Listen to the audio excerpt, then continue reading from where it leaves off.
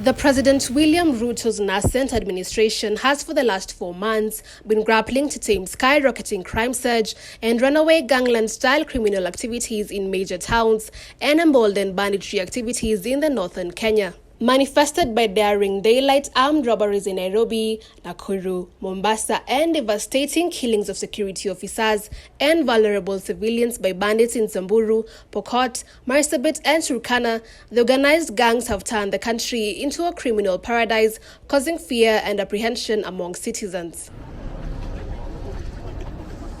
Although President Ruto has since issued a stern warning against criminals, a position that has been amplified by Interior and Coordination of National Government Kithure Kindiki and Inspector General Japhet Koome, crime-related activities remain at an all-time high. The gruesome killing of the Standard Group journalist Moses Omusolo, whose lifeless body was found dumped in a ditch along Kangundo Road in Kayole, Nairobi.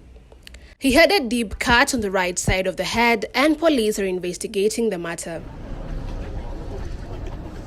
The rising wave of crime was preceded by change of guard in the security sector after the former DCI boss George Kinoti resigned and the former Inspector General of Police Hilary Muchimbai proceeded on terminal leave. Muchimbai's term ends on March 2023. Kinoti's exit was occasioned by President Ruto's public condemnation of police squads linked to extrajudicial executions and what he termed as weaponized war on graft. The head of state directed the National Police Service Commission to announce a vacancy and advertise the position.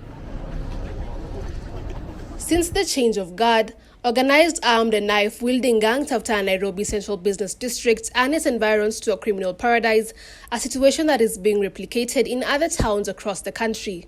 In Nairobi, cases of insecurity have increased in recent months, characterized by muggings and robberies which were linked to silent police go-slow. However, Kindiki dismissed claims of police boycott. However, some officers who spoke to the Informer revealed that there is a bigger problem which has triggered the situation. He said the government was keen to promote a political police force, saying officers will not be coerced into taking political sides or performing extraneous duties outside their code of conduct. Additionally, former Nairobi Police Commander James Mugera claimed that the crime rate was reduced. Mugera on November 11th alleged that the reports were doctored to damage the image of President Ruto's administration.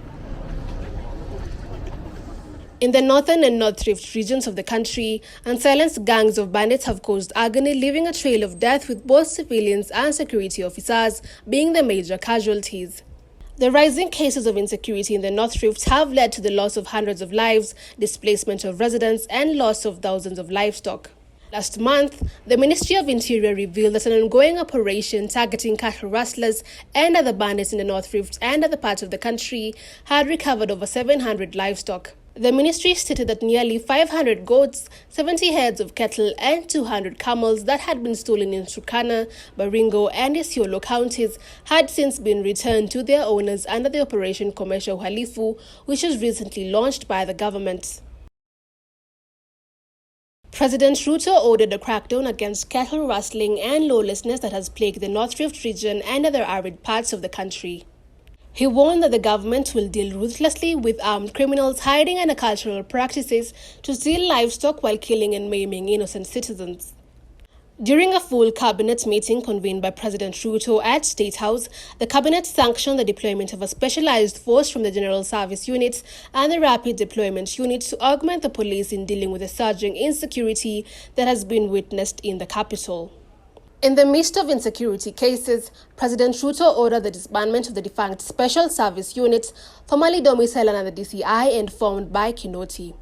This is after the new DCI boss, Amin Mohammed, presented the report to President Ruto at State House that recommended disbanding of the unit to pave way for the conclusion of investigations on the disappearance of 2 Indian nationals and their local taxi driver. The 2 Indians, Mohammed Zaid Kidwai and Zulfikar Ahmed Khan, are reported to have arrived in the country in April this year to join President Ruto's ICT campaign team, but went missing on July 25th after they were abducted outside Ole Sereni Hotel, together with their taxi driver Nicodemus Mwania. On September 15th, Acting Inspector General of Police Nur Gabor directed the Internal Affairs Unit to take over the investigation and submit a report within 21 days. The unit arrested several detectives and intelligence officers, interrogated them and released them last week before Amin was asked to present the findings to the president. In October, it was announced that Amin had directed the disbanding of the unit and reassigning of its members. Ruto said that the disbandment was part of the changes in the offing as a new administration sought to overhaul the management of security in the country. Yala River has made headlines in the past year due to the dozens of bodies that have been recovered in the area. There have been suspicions that police are involved in the deaths, and human rights activists have demanded an investigation. Adding to the list of unanswered questions is the death of renowned Pakistani journalist Arshad Sharif, who was allegedly shot dead by police officers manning a roadblock along Magadi Road in Kajiado County. Some sources claim that his death was a targeted attack. Post-mortem results conducted by Kenyan pathologists on the deceased indicated that Sharif was shot between the shoulder and head in what police termed as a case of mistaken identity. A second autopsy report conducted by Indian pathologists revealed that a metal which they identified as a bullet was found lodged in his chest. The reports also revealed that the Pakistani journalist died 10 to 30 minutes after he was shot in the brain and lung.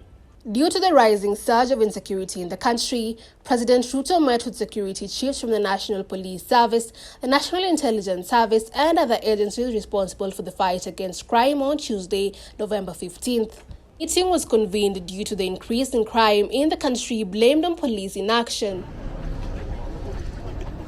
Shortly after being sworn in as Inspector General, Kwame reiterated that crime will not be allowed under his watch, noting that police will use the powers bestowed upon them by the Constitution to deal with the prevailing security challenges.